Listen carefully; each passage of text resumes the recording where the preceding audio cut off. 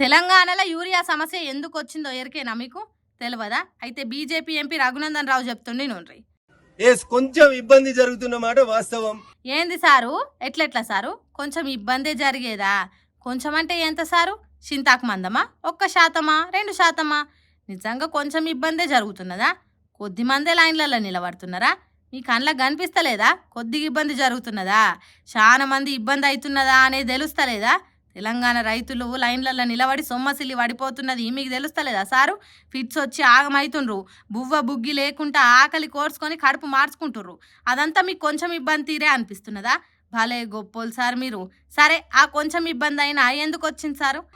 పాకిస్తాన్ తోటి ఆపరేషన్ సింధూర్ అనే యుద్ధం వల్ల చైనా నుంచి రావాల్సినటువంటి 50,000 మెట్రిక్ టన్నుల యూరియా కొంత ఆలస్యమైనటువంటి మాట నిజం. అబ్బాబ్బాబ్బా, ఏం చెప్పినారు సారు? దేశభక్తికి యూరియా సమస్యకు లింకు పెట్టిండ్రు చూడుర్రి, మీరు సూపర్ సారు. ఆపరేషన్ సింధూర్ పేరు చెప్తే ఎవ్వరు నోరు మెదపదు కదా, అందుకేనా సారు యుద్ధానికి యూరియాకు లింక్ పెట్టింది. ఎంతైనా రఘునందన్ రావు వకీల్ సాబ్ కదా, ఎట్లనైనా మాట్లాడతాడు. అయినా యూరియా కోసం ఆ అడ్డమైన చైనా దేశం మీద ఆధారపడాల్సిన కర్మ ఇంకా ఉన్నదా సారు? అంటే ఈ 11 ఏళ్లలో మన యూరియా మనం తయారు చేసుకునేటట్టు మోడీ సార్ చేయలేదా సారు? ఆ నడుమ made in India, make in India అన్నారు కదా, అదంతా ఉత్తదేనా? చైనా సామాన్లు మనం బ్యాన్ చేసినాం, ఈ యూరియాను ఎందుకు బ్యాన్ చేయలేదు? సరే గాని ఆఖరికి ఏమంటున్నారు సారు?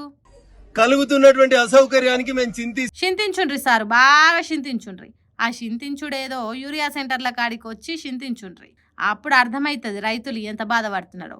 ఒకవేళ చైనా దేశం సప్లై చేయకుంటే పక్కకున్న ఆంధ్రప్రదేశ్ రాష్ట్రంలో, ఎన్నికలు జరిగే బీహార్ రాష్ట్రంలో ఎందుకు సారి యూరియా సమస్య కలుగుతలేదు? ఒక్క తెలంగాణలోని ఎందుకు యూరియా కోసం ఆగమవుతున్నారు రైతన్నలు? దానికి కూడా సమాధానం చెప్తే మంచిగుండు సారు. బయట మాత్రం రేవంత్ రెడ్డి సర్కార్ను కాపాడటానికి భలే లింకులు పెడుతున్నారు సార్ అని అంటుర్రు తెలంగాణ రైతులు ఇది విన్నాక.